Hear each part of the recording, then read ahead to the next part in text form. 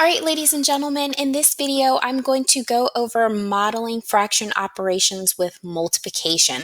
So looking at this first one, it says model the following problem using the box to the right. So here we have our box, and our multiplication problem is 1/5 times 2/3. Now, anytime we're dealing with this, you're going to want to think of rows and columns.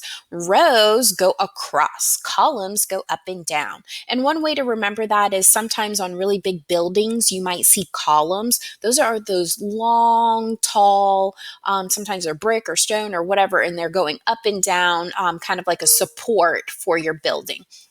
So that's one way to remember it. So rows go across and columns go up and down, okay? So you do need to make sure you understand that. Now, when you're setting up your modeling, you need to figure out whether or not you want to go rows or columns first. It doesn't really matter for me. I'm going to go ahead and do columns first. In this particular case, we have 1/5. So what we want to do is we want to divide this square or this box into fifths. So what I'm going to do is I'm going to create 5 vertical sections here. So if I draw a line going down, that's 1, 2, 3, and that makes 4 and 5. So 1, 2, 3, 4, 5. So I know I've got 5 sections here. And because it's 1/5, we want to shade one of those sections. So I'm going to use a highlighter here. Let's go with yellow. And I'm only going to shade in one of those with the yellow.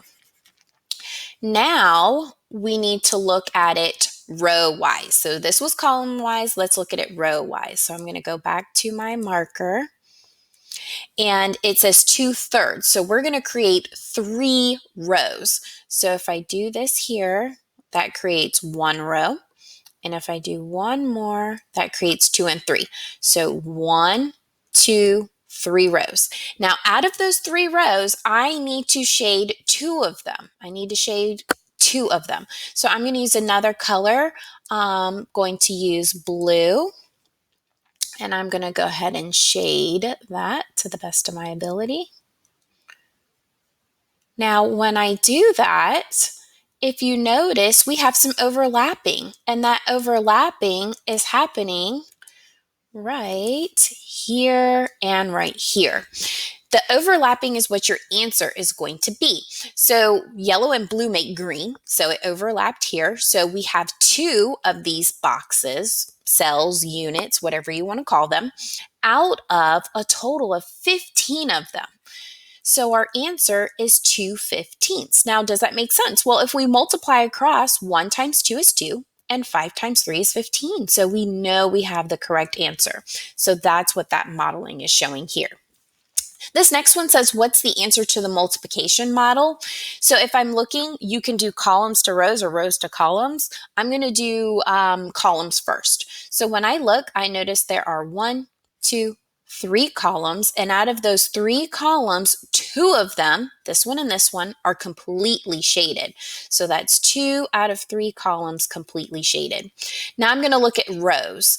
I've got 1 row, 2 rows, so a total of 2 rows, and out of those 2 rows, there's only one of them shaded. So that's what the multiplication problem would look like. Our answer is going to be where they overlap, here and here, and that would be 2 out of 6 total units. And 2 6 actually simplifies to 1/3. So our answer would be 1/3. You could have also looked at this as 2 out of the 6 having the overlapping, and 2 6 simplifies to 1/3. So again, you can either look at it as rows then columns or columns then rows. It doesn't matter. Just make sure that you're setting it up correctly.